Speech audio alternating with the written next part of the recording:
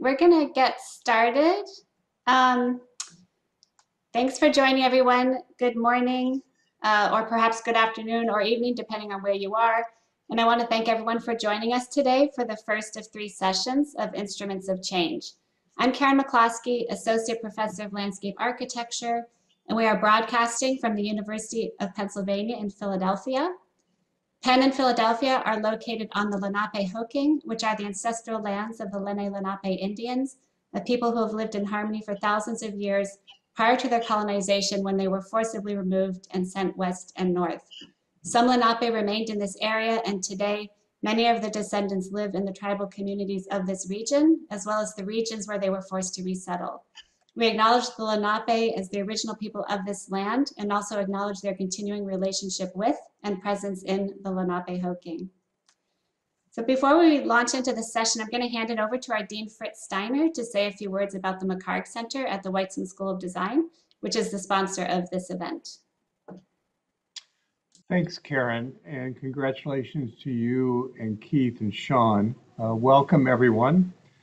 The E&L McHarg Center for Urbanism and Ecology started as an idea, which I don't know if it was brought to me by Richard Weller, the chair of our Department of Landscape Architecture. I brought it to him. And in any case, I had returned to Penn in 2016 and realized the 100th or the 50th anniversary of the publication of Design with Nature was coming up, and we should do something to recognize that. And we decided, in the spirit of Ian McHarg's philosophy for designing with nature, to begin a research center. And the center's mission is to build on Penn's position as a global leader in urban ecological design by bringing environmental and social sciences together with planners, landscape architects, policymakers, and communities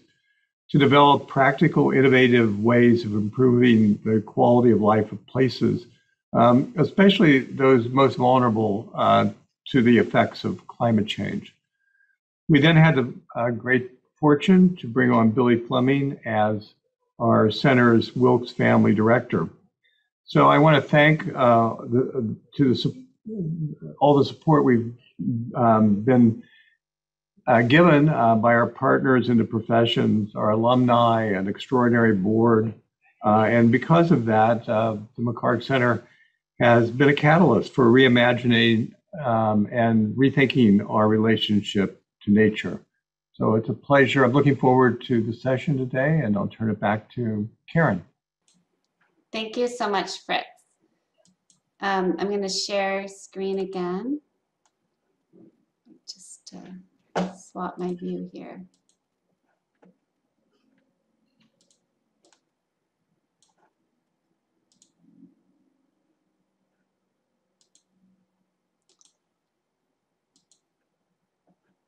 Can everyone see my screen? Yep. Great. Okay, so today's symposium marks the official launch of the Environmental Modeling Lab, or MLab as we call it. And the MLab was founded by faculty from the Department of Landscape Architecture and is housed within and funded in part by the McHarg Center. And on behalf of my MLab colleagues, Sean Burkholder, Robert Petrusco, and Keith Vandersice, we're very grateful for this support and want to give special thanks to Dean Steiner, to our department chair, Richard Weller, and the McHarg Center Wilkes Family Director, Billy Fleming. We'd also like to thank our wonderful students, past and present, who've worked with us on a number of projects over the last 18 months. We could not do our work without you and appreciate your dedication and perseverance in what has been a trying 2 years, to say the least. Much of the individual work of MLab members is distinct from each other in terms of its focus and application, which you'll see throughout the week because different members will present their work. But collectively, we share an interest in exploring recent developments in computational technologies and their impacts on landscape architecture, particularly as they pertain to mapping, modeling, and monitoring change, which are the 3 themes around which the 3 days of this symposium are structured. It goes without saying that the ways in which the physical conditions of any landscape or environment are visualized have fundamental repercussions in terms of how a design is formulated in response to those visualizations.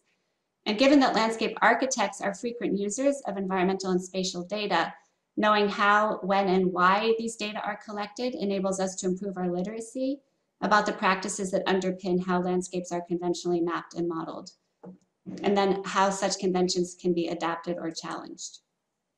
Of course, computation and the use of spatial and environmental data are not new to our field, quite the opposite. Landscape architects were early adopters of computers and were instrumental in the development of and experimentation with geographic information systems, or GIS. And the application of this work was and still is often directed toward planning for land and water conservation and developing scenarios to show the effects that different settlement patterns could have on natural systems. And the amount of data that's available to do this work and the sophistication of the hardware and software that is used to perform the work has grown by leaps and bounds over the last 5 decades. But that does not necessarily mean that many of us in the field are more literate when it comes to the protocols and practices by which environmental and spatial data are collected and codified. We often use maps, information compiled in categories by others, which are fed into maps and models made by others. And therefore, this aspect can remain fairly underexplored as part of the creative process in landscape architecture. And there are many conditions where the information that's important to the question at hand cannot necessarily be gleaned or should not be gleaned from existing surveys, maps, and models. They often depict a scale or resolution that's insufficient for site-specific design proposals, particularly when it comes to low-lying coastal areas where many of us are working. So even though our knowledge of the pace of climate change is made possible by global change science, the ways in which we design for this change is not necessarily about scaling up to bigger and bigger projects, nor can we simply zoom in on extant maps and models that might be limited in their ability to convey conditions of variability, uncertainty, and flux, characteristics that require different modes of visualization and that work as part of ongoing experiments where design decisions are not simply made up front, but are integrated into ongoing cyclical processes of design, construction, and monitoring, which are topics that will be covered in our sessions on Thursday and Friday. So you'll see a wide range of approaches throughout the week, but each asks how we can productively explore computational tools while simultaneously engaging in a critical dialogue with them.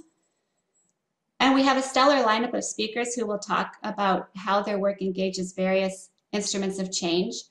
We've asked participants to describe their work in terms of the relationship among methods of data collection or use, the means by which this information is interpreted and visualized, and what perceptions can be gleaned or what knowledge is produced through these various methods. And importantly, to what end, who or what benefits from this knowledge. Half of our speakers are from within landscape architecture, and half are from fields that intersect with our discipline, including ecology, media studies, civil engineering, and urban planning. And we hope that this intersection offers varied perspectives in response to these questions. And we're incredibly grateful to those who have agreed to participate in this conversation.